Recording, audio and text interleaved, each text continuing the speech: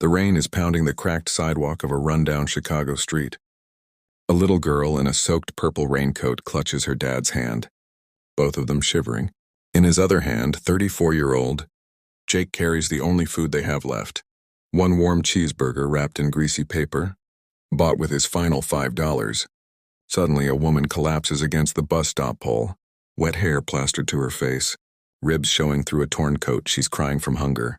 Jake freezes. His daughter Mia looks up at him with huge brown eyes and whispers, "Daddy, she's really needs it more than us." Without a word, Jake walks over and places the burger in the stranger's trembling hands. What would you do if that cheeseburger was the last meal? For you and your child tonight? Could you give it away? Keep watching, because what this homeless woman does next will break your heart, and then put it back together. Jake Carter used to be a construction foreman with a house in the suburbs, a wife and savings. Then the accident happened. A drunk driver, a hospital bill of $187,000, and his wife gone forever. Insurance didn't cover everything.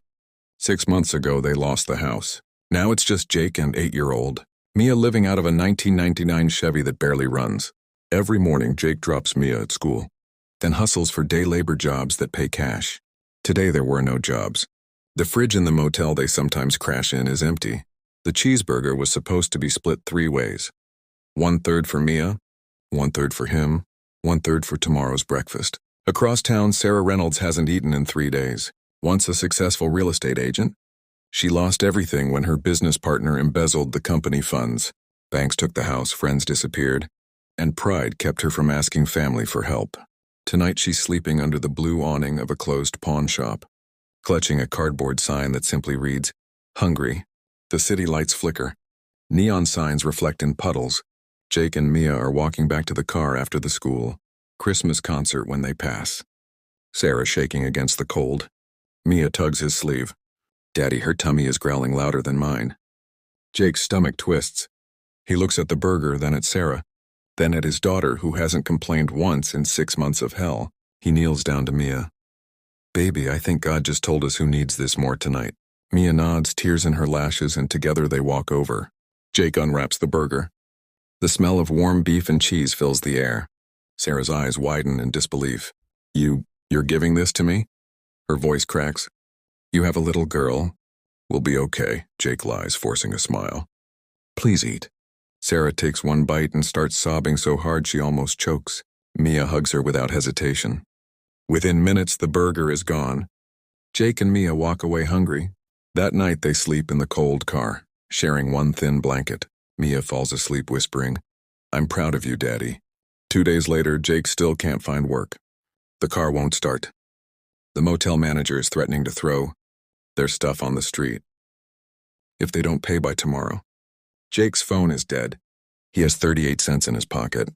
He sits on the curb with his head in his hands while Mia colors on old newspaper with a crayon stub. He whispers to himself, "I don't know how to fix this anymore." The next afternoon, a black SUV pulls up outside the motel.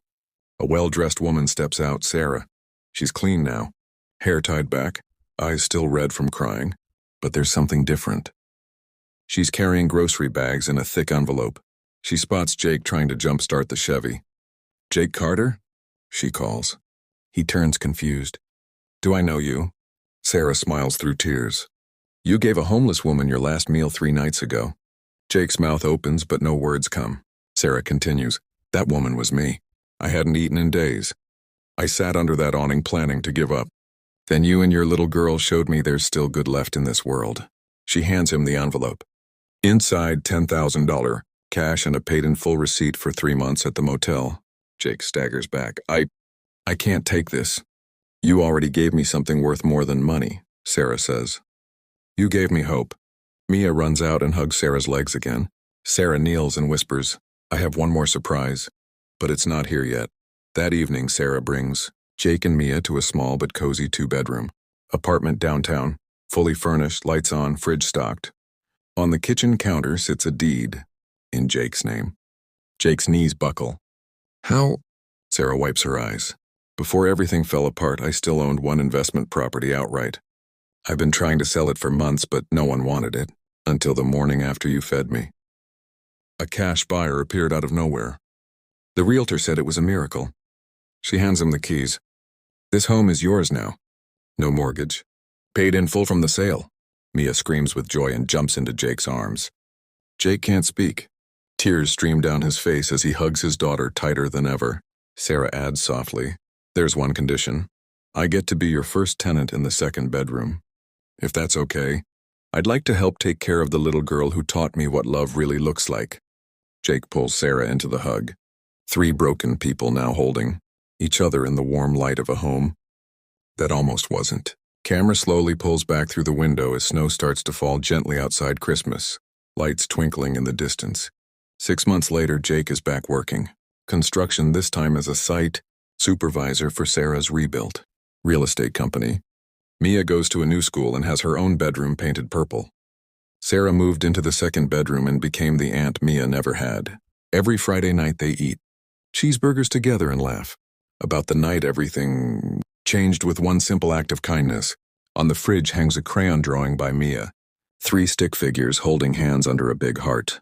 Underneath in wobbly letters, "We saved each other." Jake kisses the top of Mia's head and whispers, "Never forget, baby girl, one burger can feed more than a stomach. Sometimes it feeds a soul." If this story touched your heart, hit that like button and share it with someone who needs hope today. Drop a eek in the comments if you believe kindness always comes back around. Tell us below, would you have given away your very last meal? Subscribe and tap the bell icon so you never miss these emotional, real-life inspired stories that remind us humanity is still alive. Thank you for watching. See you in the next one.